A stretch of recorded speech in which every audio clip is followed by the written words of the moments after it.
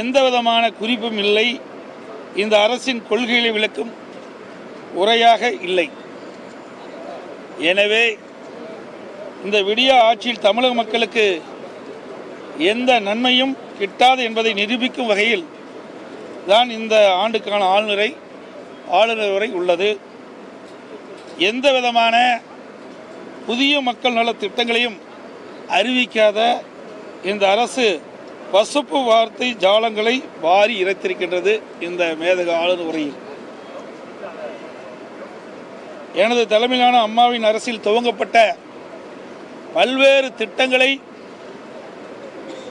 முடிக்கப்பட்ட திட்டங்கள் ரிப்பன் வெட்டி திறந்துவிட்டு தங்கள் முதுகை தாங்களே தட்டிக்கொள்வது மட்டுமல்லாமல் ஆளுநரை கொண்டும் தடவி கொடுக்க செய்தது வெட்கக்கேடானதாகும். சுருக்கமாக விடிய திமுக அரசு தயாரித்துள்ள 2024ஆம் ஆண்டு ஆளுநர் உரை உப்பு சப்பில்லாத உரை, ஊசி போன உணவு பண்டம் என்பதை இந்த நேரத்தில் தெரிவிக்க விரும்புகிறேன். கேளுங்க.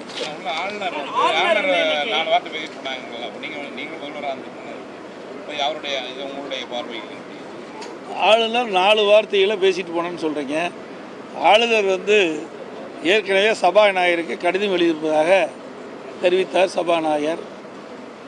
இதில் தமிழ்தாய் வாழ்த்துக்கு பிறகு மேதகு ஆளுநர் உரை துவங்குவதற்கு முன்பாக தமிழ்தாய் வாழ்த்து முடிந்த பிறகு தேசிய கீதம் இசைக்கப்பட வேண்டும் என்று அவர் கோரிக்கை வைத்திருக்கிறார். அந்த கோரிக்கை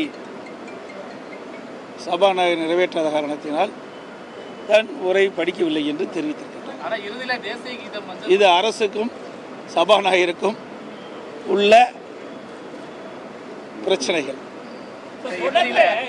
கடந்த ஆளுநர் உரையின் போதும் அவர் பாதியிலிருந்து போயிட்டாரு.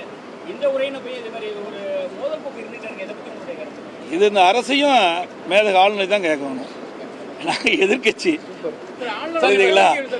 ஆளுநருக்கு என்ன பிரச்சனை, இது அரசுக்கு என்ன பிரச்சனை, சபாநாயகருக்கு என்ன பிரச்சனை என்பதை அவளிடத்தில் கேட்டு தெரிந்து கொள்ளுங்க. சரி, இப்போ இத்தனை வருஷமா நீங்க எம்எல்ஏ இருக்கீங்க. சரி, இத்தனை வருஷமா மரபு என்னன்னா நம்ம தமிழ்தாய் வாழ்த்து ஆரம்பத்திலையும் கடைசியில தான் நாட்டு பண்ணி இசைக்கிறது வழக்கம். இப்ப இது புது மரபா இல்லையா சார்? அதுக்கு தான் நான் சொன்னேன், இது ஆளுநருக்கும் அரசுக்கும் சபாநாயகருக்கும் உள்ள பிரச்சனை.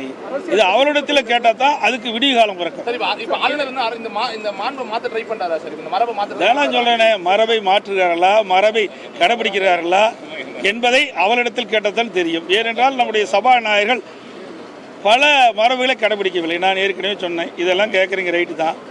சட்டப்பேரவையில் எதிர்கட்சி தலைவர், துணைத் தலைவர் இருக்கிறார். இது மரபு தானே? அதை பற்றி நீங்கள் ஒரு வார்த்தை கூட கேட்க மாட்டேங்கிறீங்களே. அந்த மரபை நாங்கள் பல முறை கோடிட்டு காட்டினேன். இனியாவது நம்முடைய சட்டப்பேரவை தலைவர் அவர்கள் மரபை கடைபிடிப்பார் என்று நான் எதிர்பார்க்கிறேன்.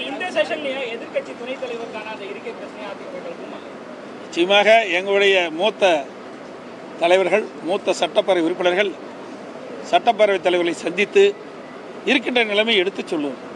தொடர்ந்து சட்டப்பேரவையில் மரபை காக்க வேண்டும். சட்டமன்றத்தில் பிரதான எதிர்க்கட்சியாக இருக்குது அனைத்து இந்திய அண்ணா திராவிட முன்னேற்ற கழகம். அதற்கு எதிர்க்கட்சி தலைவராக நான் இருக்கின்றேன். துணைத் தலைவராக எங்களுடைய அனைத்து இந்திய அண்ணா திராவிட முன்னேற்ற கழக சட்டமன்ற உறுப்பினராக தேர்ந்தெடுக்கப்பட்டார் திரு உதயகுமார் அவர்களை. அது குறித்து பல முறை சட்டப்பேரவைத் தலைவரிடத்திலே கோரிக்கை வைத்தோம். பிரதான எதிர்க்கட்சியாக இருக்கின்ற சட்டப்பேரவை எங்களுடைய கட்சியைச் சேர்ந்த திரு உதயகுமார் அவர்கள் எதிர்க்கட்சி துணைத் தலைவராக நீங்கள் அங்கீகரிக்கப்பட்டு அதற்கு தேவையான இருக்கையை ஒதுக்க வேண்டும் என்று கேட்டுக்கின்றோம். அவர் ஒவ்வொரு முறையும் ஏதாவது ஒரு காரணத்தை சொல்கிறார். இனியும் அந்த காரணத்தை சொல்ல மாட்டார் என்று, ஏன்னா மரபை கடைபிடிக்க வேண்டும் என்று அவரே தெரிவித்திருக்கின்றார். மீண்டும் ஒரு முறை வலியுறுத்துவோம். அப்படி ஒரு நல்ல பதில் கிடைக்கும் என்று நாங்கள் எதிர்பார்க்கின்றோம். மரபை கடைபிடிக்க வேண்டும் என்று அவர்கள் எண்ணினால் நிச்சயமாக நாங்கள் வைத்த கோரிக்கை அவர் நிறைவேற்றுவார் என்று நாங்கள் எதிர்பார்க்கின்றோம்.